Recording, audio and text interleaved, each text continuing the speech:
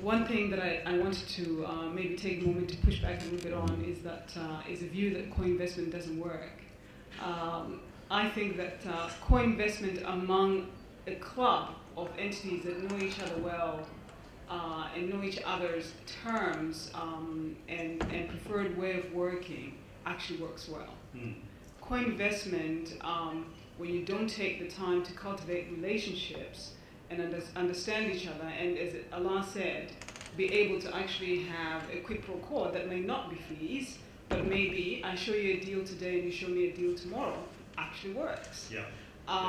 Now, formal co-investment doesn't work for a reason, and I think for Africa, it's a great day because when I used to do project finance in Africa many years ago, you had not a great deal of pipeline. You had some pipeline, but not enough capital. And today, you have a lot of capital chasing very few deals. And so this conversation of co-investment has suddenly become the conversation of the day. As we're having a conversation earlier on, I think that there might be an opportunity to actually create a more formal framework for co-investment, because I think, and I'm hopeful, that there'll be a time when there'll be too many deals and not enough capital again, so that these club and co-investment opportunities will actually become valuable. I think that's absolutely the right perspective. So the idea of proprietary deal flow is a double-edged sword, right? Because you have to believe that you have all the deals that you're going to need to consume all the capital that you've raised in order for you not to have the view that at some point you're going to need to scratch somebody's back.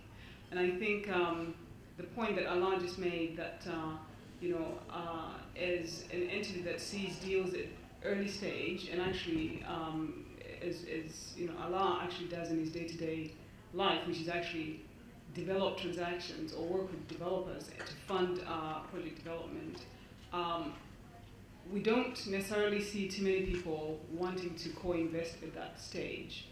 And I think that may be at the venture stage. I think we had a colleague, the lady sitting in the corner earlier on, I think it's the NEF, the entity here in South Africa, that actually does the venture capital piece of project finance, of infrastructure investing.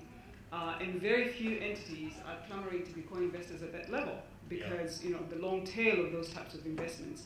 But if we all had the long-term view and we were able to figure out a way of leveraging the type of capital that these types of organizations bring to the table, where they take maybe a slice of the equity piece or the junior tranche of the risky piece, and then we leverage on top of that and maybe have a view that the funds that folks like you and I run can actually be the take-up capital for some of those early investors. I think you might actually see a greater deal flow. I think the gentleman in Bertrand on the panel beforehand, before this one, from the World Bank, talked about a capital gap or an infrastructure gap of $93 trillion. No, $93 billion, sorry. $93 billion in Africa, and $1 trillion the world over. Now, I don't know that there's anybody out there who can tell me that there's actually $93 billion chasing deals today, and that's an annual gap. I think the problem is there's $93 billion chasing transactions downstream and not enough upstream.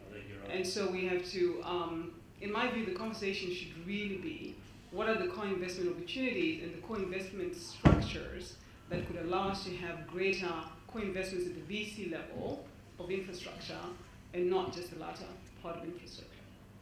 Okay. So, I would welcome more people to come into early stage. We had the full day yesterday devoted to that, but we need to see more parties active in the early stage project development, and co-investing with them would be something that we would welcome. Okay, so let's put it out there. So the view being put out there is, co-investment could work, but it really should be more early stage than later stage. It should probably be more in the trenches, working on the deals as opposed to waiting to harvest the good things. And it should be both.